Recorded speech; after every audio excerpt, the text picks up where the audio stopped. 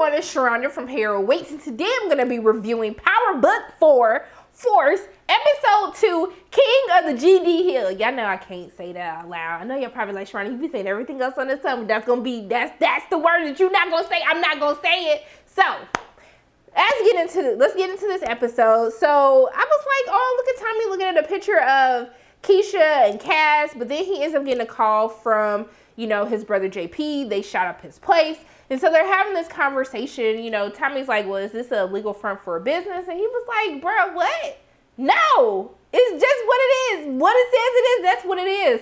But he tells him that this is the third time that this has happened. And so at this point, he can't afford to keep fixing up all of this stuff. His dad is sick, racking up medical bills. He's trying to call his ex-husband, and his ex-husband isn't answering the phones. And so he's looking at Tommy like, you got a problem with that? Tommy's like, no, the ex is an ex. I was like, you better support your brother. You better support him, okay, in his sexuality. But we see that Tommy ends up giving him $10K to fix it. And he was like, nah, this is not even going to make a dent in it. And I said, well, damn, if $10,000 not going to make a dent in the JP, then how much money are you in debt with? That's not, well, actually, now that I think about it, if his dad has a lot of medical bills, yeah, that can definitely be a lot. So, you know what, JP? I apologize. I'm sorry. I'm not even gonna come at you like that. Why? Okay? So we see that Tommy's kind of driving around, and we see that he's basically been casing Chicago, trying to see, is this a place where he can make money? What is he gonna do? Is this a place that he could actually stay, or should he kind of, keep going west as he was supposed to be doing in the first place? So he ends up running into Liliana, who, I'm not gonna lie to y'all, I did not remember her from Power Book, but Julio ended up helping her escape. So I'm assuming that she was a witness to one of the plethora of crimes that Ghost and Tommy have committed together. And then basically she thought that he was there to try to kill her. And he looking like, well, bitch, I'm not here to try to kill you. I was just here minding my business. And you sitting up here cutting my damn coat and stuff. But then the cops come by and interrupt him. She was working that ass for a little bit. I'm not even gonna lie. But the cops come by and I guess they kind of like, hey Liliana, I'll catch you another day. I'll kill you another day, girl. Okay, see you soon. So we see that Tommy ends up going to see JP and Diamond, and so he takes the bag that he had from the first episode from when they went into the two people who clearly could not sell drugs, buy drugs, try to hold people high. I don't know what them two little raggedy kids were trying to do, but they were not successful. So Tommy has a good show of good faith. He gives him the bag, and he goes to see, not JP. I keep calling Jannard JP for some reason, so I apologize if I do that in this video. But they're trying to understand, like, why would you bring this money back? And I was like, yeah, because I got bills to pay. Why would you bring that money back? Because you ain't got nothing on you right now. So it seems like he's trying to, like, do all these favors, because we saw that he gave Walter, the money last week. And we see that he's given, Diamond and Jannard the money this week. So it seems like he's trying to play both sides just to see, like, who is the best group to kind of work with or try to get over on. I don't know exactly what's going on in Tommy's head, but we know that he's not doing this for just no reason. So in the midst of all of this, after they kind of get into it, and you saw that they pulled the gun on him or whatnot in the shop, and he was like, hey, like, y'all just doing a lot right now, and we don't need to be doing all of this. And basically Diamond and Tommy end up getting kidnapped. So they get kidnapped by these two people who are just terrible, because even Tommy like, honey, this is kidnapping 101. Why are we taking bags off of our heads? Why are you showing us who we are? Why are you giving your motive? Like, why are you doing any of these things? So they work for Rojas, who has beef with Diamond because he put him in the wheelchair, and they were just like, basically what you're going to do now is you're going to sell all this heroin for us, because the block is hot right now. We see a lot of cops are in the street. We even see them get into altercations with the cops later in the episode. And so they were like, you guys need to figure out what you're going to do. So Tommy already put himself in it because he hit old dude. And Tommy decides that he's going to help Diamond. But Diamond's still trying to figure out, like, why are you inserting yourself into all this stuff that actually does not concern you in the first place? So we see that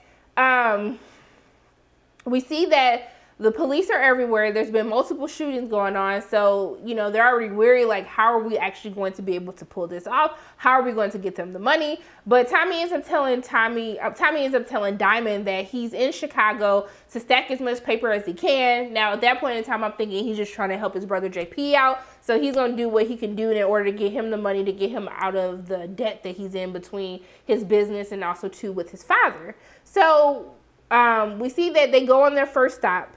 And it seems like the cops are about to pull them over, but they end up going around. Because Diamond starts freaking out, and I'm just like, baby, I know you just got out of jail. And it doesn't really make sense for Diamond to put himself in this predicament at this point in time, because it's like, so you just got out of jail. You would think that he would want to, like, just run his barbershop and not take back over the business.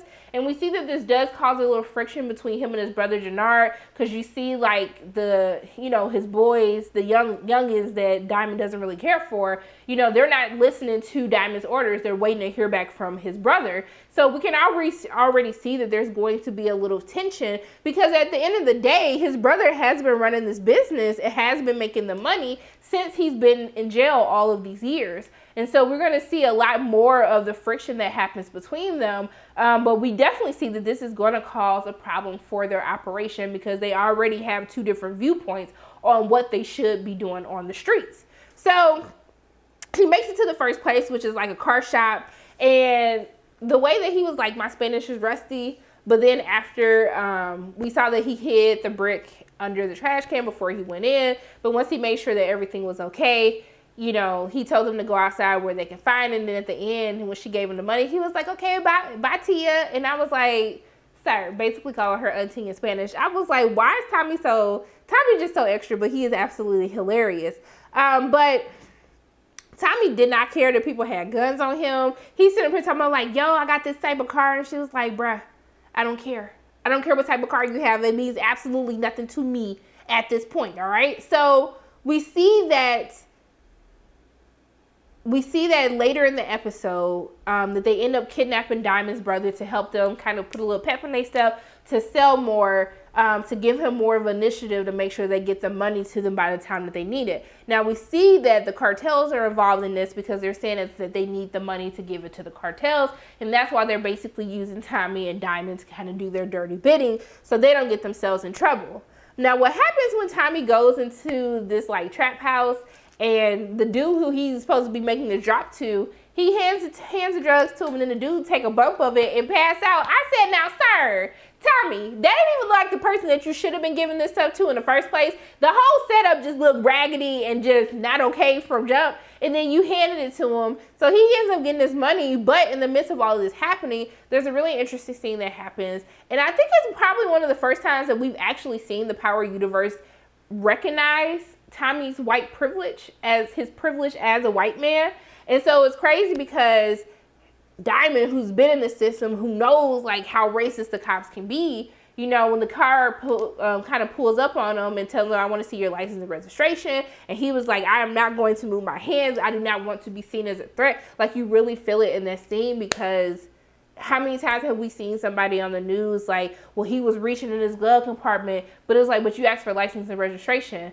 So he knows that they see him as a threat already. But as soon as Tommy came out and he was like, hey, bro, this is your car, bro. I was like, bro, what? And the way that Tommy played right into it, I was just like, wow. Like, so we just gonna be blatant about this. Like, blatant about it. But I'm happy that they actually recognize that, because it's different than being in New York. Like, especially in the Midwest. Like, I grew up in the Midwest. Like, that whole... It's racism hits a little different in the Midwest. Let me just put it like that, okay? And that's based on my experience. If that wasn't your experience, I'm happy that you had a good life without racism, okay? So we see that Diamond is pissed about you know, how all of this has happened. And Tommy just like, hey man, like you just gotta let it go. But I was dying laughing. He was like, hey, I'm trying to figure out where I can go and find some pizza. I found one of the pizza spots, and he was like, it was all live. I was dying laughing because, you know, Chicago's known for the Chicago deep dish pizza. You know, New Yorkers are like, we had the best pizza. So when he told old dude it was all lies and the cops wasn't even fazed by what he said, I was like, I know that he is raggedy. I just don't understand it. But they end up getting the money that they need. Now, I will say that the Jewish people, I don't know if they were Orthodox Jews, but the way that they were testing it, they was about their business, okay? Because when I said he ran three different tests on them drugs to make sure it was okay, I said, honey, he not playing with y'all. But they end up making the money in enough time. They go drop the money off. A whole SWAT team. They got the little red lights and stuff on them. The two raggedy kidnappers, one-on-ones. They bring Jannard out. They throw him back at them. I thought they were going to shoot them. I'm not going to lie. I did think that they were going to shoot him. But they end up actually letting them go. So we see that they end up giving Tommy $25K for helping them, you know, make all the runs today and get the money. And he realizes that Tommy only helped him because he was casing the city, trying to figure out, is there a side to choose, or what is Tommy actually going to do, you know, deciding to stay in Chicago. But we see that Tommy ends up going home to his brother's house. And I was like, look at it now. They got the grandma couch with the plastic where your thighs be sticking together in the summer. JP wasn't lying about that, because my grandparents still got they got a blue room. They got a blue room in the living room with the plastic on top of it. Your legs just be stuck to it. You don't want to move. You try to put your hands under your thighs so your legs don't fully stick to it and don't hurt. Trust me, I've been there, done that, all right? So we see that he ends up giving his brother the $25K. But he really didn't want to take it from him. Instead, he kind of changes the subject like, hey, I have a video. And so it's a video of Tommy when he was a little bit younger. And we see that JP ends up telling him that he had a son, that he fought hard to be a part of his life, you know, but he went in jail. He got locked up when he was 2, and he would be 16 right now. His mom kept him out of his son's life, but he would do anything to be back in, you know, his son's life to help raise him or take care of him. So we see that it seems like the guy with the locks who rocks with Jannard, that's him, because he had a picture of his dad and him when he was little. But I feel like he looked like a different person, y'all. I felt like he looked like a totally different person. I don't know. I was arguing with my friend about this. She was like, no, I think it was the same dude. I think it's a different person. I know y'all gonna let me know what y'all think in the comment section below, so I'm gonna brace myself for it. I think it's a different person, but I guess it could be the same person. Who knows? But we see his son is a lot closer than what he thinks he is. And so we see that Tommy ends up texting Gloria, you know, whether or not he could stop by. And not that he had the kidnappers in the car. He had already captured them, put them in the car.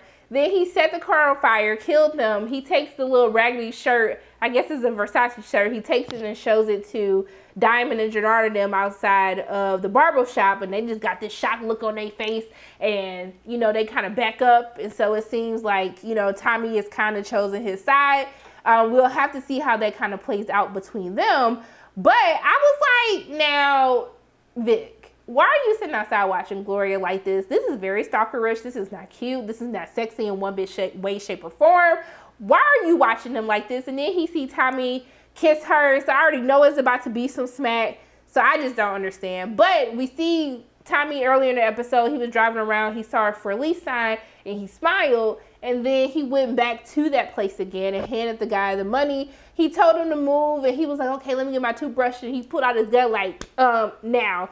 And he left everything there. But I was like, now, how was that old man? Was he squatting? Because I was like, how did he afford this big-ass place? Like it used to be like a fire station or whatnot. I was really confused by that, but then we see that Tommy definitely does not let anything go. He definitely went to go find Liliana raggedy behind again.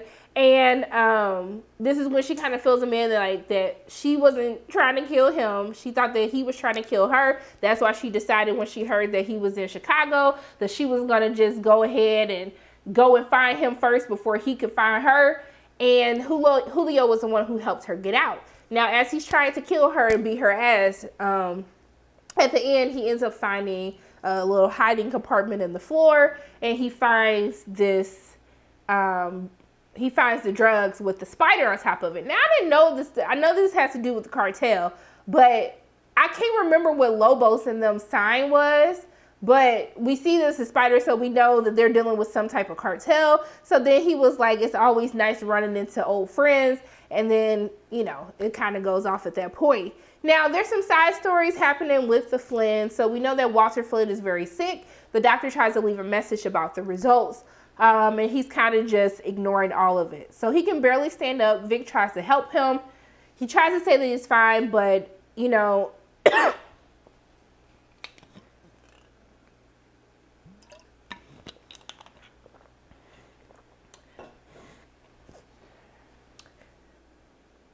But clearly Vic knows that he's lying. So he asks him, like, how long, when are you going to tell Claudia what's happening? He was like, nobody needs to know anything. It doesn't matter. You need to just know that you're going to take over for me.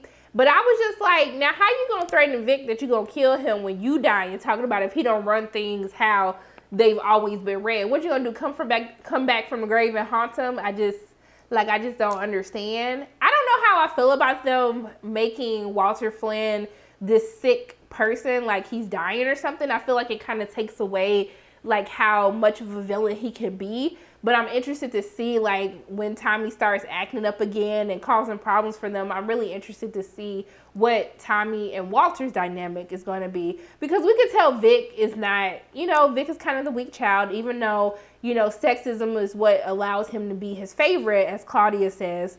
But I want to know what is that actually going to look like. And also, too, I want to see what happens with Claudia, who has this idea that they need to sell a better and newer drug, that what they sell is actually outdated. But, you know, her dad makes a comment like, why do you insist on pushing yourself into a room where you're not wanted? He reminds her that you run the books, Vic runs the streets. And so we know that there's going to be a little bit of a fight dynamic between her and her father. And I'm sure that Claudia is probably going to try to do her own little thing. But we do see that Vic ends up having a key to Gloria'S place, because the way that he was just in there waiting, he just rolled up in Gloria'S house. And when she tried to ask him for the key, he was like, well, you know what, if you don't want me here, you could change the locks. And I was like, I mean, Vic had a point there, Gloria, because why does he still have a key? Why can't he just walk in here all willy-nilly? I don't understand that either. I would have been changed them locks in the first place. But we see that they used to be together. They're not together anymore because, you know, Walter wants him to marry a white Irish woman. And she didn't want to be with someone who couldn't fully be with her, or she couldn't fully be with him and be accepted by his family. So it's not like they had like a horrible falling out. So maybe this is why Vic is sitting up here stalking Gloria, because really is his father, and maybe he's just waiting on his father to die so he can actually be with her. I don't know, but we'll have to see what happens. Tommy's starting off a little slow. I'm not gonna lie to y'all, it's starting off a little slow. I'm still interested to get to know the characters a little bit more. I do want to see the dynamic with Walter Flynn, because I just love the actor who plays him.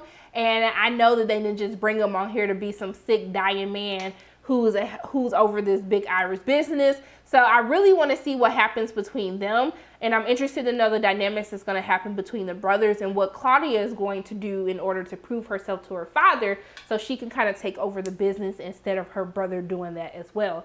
I don't really care what Vic gonna do to Tommy, because Vic can't, like, Vic, Tommy, not even in the same league at this point in time. So I don't know what the heck is going to happen. But this episode was also a little bit short. So, like, I'm really interested to know, what are your thoughts so far on Power Book 4 Force? But let me know in the comment section below. Are you feeling this season, or are you kind of warming up to it? Do you need to see a little bit more? I'm really interested to know what the OG fans feel about this episode. But those are my thoughts on Power Book 4 Force Episode 2, King of the GD Hill. As always, my name is Sharona from Para Waits, and if you like what you saw today, make sure you hit the like button, hit subscribe, share this video with your friends, and make sure you hit that notification bell. And I love you guys 3000. And until I see you again, bye.